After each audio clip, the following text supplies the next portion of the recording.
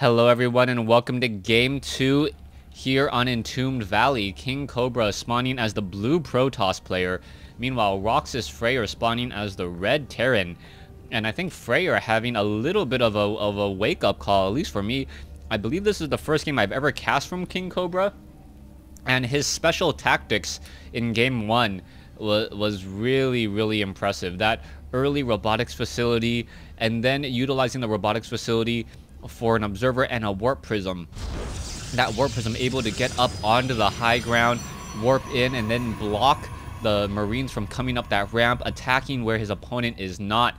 And now once again we will see KingCobra move across the map. Now, a true sign of a good StarCraft 2 player is how well they can adapt, and how well they can adapt and just adjust to what their opponent is trying to do.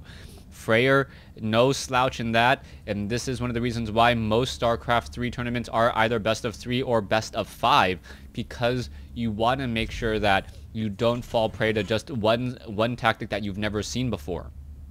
Now the probe is wandering around here. We'll see where this probe will be traveling off to.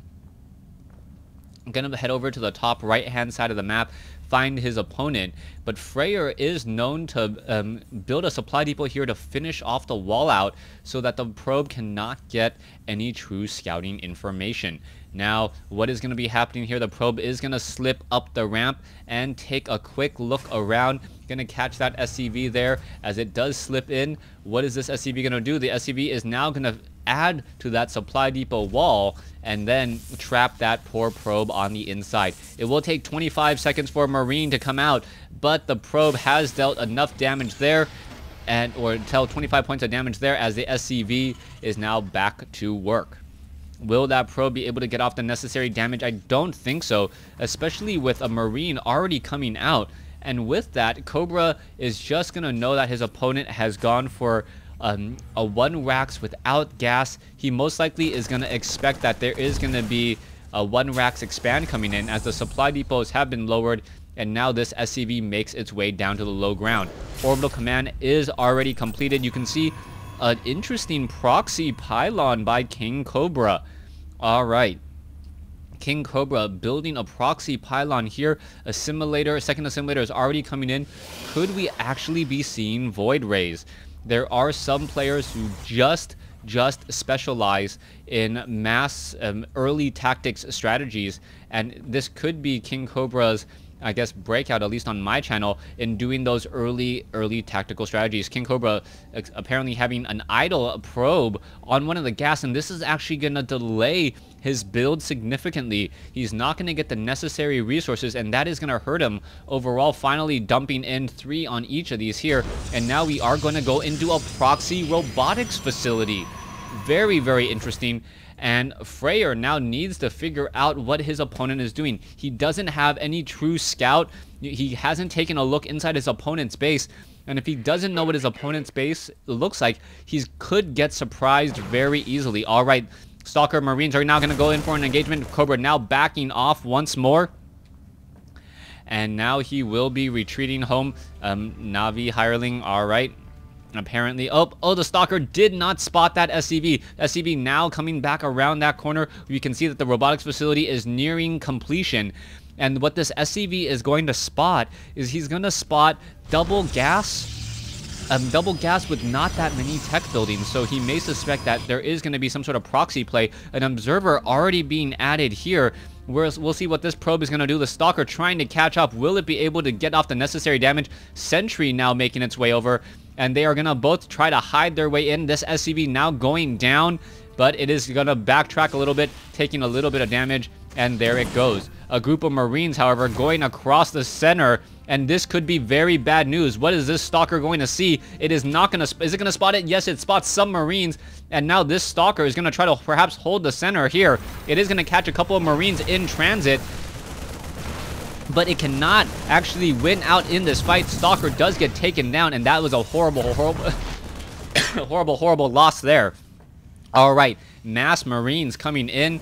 1 Marine able to finish off that scouting probe. We are going into Immortals, but Immortals, even though they are going to be effective against those bunkers, are not going to be really that effective here. We could see Guardian Shields to help reduce the damage on those Immortals as well. We are going to see one Marine catch sight, yes, of something being chrono boosted and a pylon, and now more Marines are making their way over. Is it going to be enough? This one Zealot taking way too much damage, now just running back down, and Fraer has everything going for him. The element of surprise is gone, and here we go. Zealot, Guardian Shield, not ready as the units are trying to come back in over. The Marines are now backing away. Are we going to go into a Warp Prism? Yes, we are. So an early Warp Prism. Observer has pretty much scouted everything, and supply depots now being added to the front. Alright, this Warp Prism will need to do a lot of work in order to stay alive. And here we go. There's another engagement. Zealots now taking a lot of damage. We could see a Guardian Shield or some Force Fields here. There you go. Force Field, Guardian Shield, and now the Marines are now trying to charge their way in. One Immortal is being microed very well and hasn't not lost any of its shields yet. And wow, KingCobra coming back over the top. And that is a beautiful, beautiful combination of units, Sentries and Immortals. Immortals normally lose to Marines, but because of that Guardian Shield, the Guardian Shield reduced the damage from Marines from 6 down to 4. And with that 6 down to 4, it was that much more difficult to get past those destructible rocks. Get past those hardened shields. Speaking of destructible rocks, I thought the Immortal may have perhaps been taken down here in just a moment. Here we are. Missile turrets are being established. It looks like we are going to have an engagement here. Sentries could get dropped down here in just a moment. Force field on the ramp to try to trap these units, and now SCVs are coming over. Sentries are now trying to push away. Are they going to be able to get enough? They need to push back all of these units. Immortal is now going to be dropping in here. Missile turret is in position. The Marauders are now shooting from the low ground. The Warp Prism going to get taken out, and is KingCobra actually going to be able to do the same strategy twice? Alright, Zealots, Marines shooting down that Warp Prism. Beautiful play this time by Fraer. So Fraer now utilizing these Marines and the Marauders, able to actually fight back, and there is the GG. Cobra knows it. Let's take a look at the harvester count, 22 to 27, but there is the additional base operating for Fraer, and now we will be moving into a game 3. Thanks for watching. Thanks for listening. Hope you guys enjoyed game 2 in the series. Stay tuned for game 3 as Fraer has tied it up at 1 game apiece.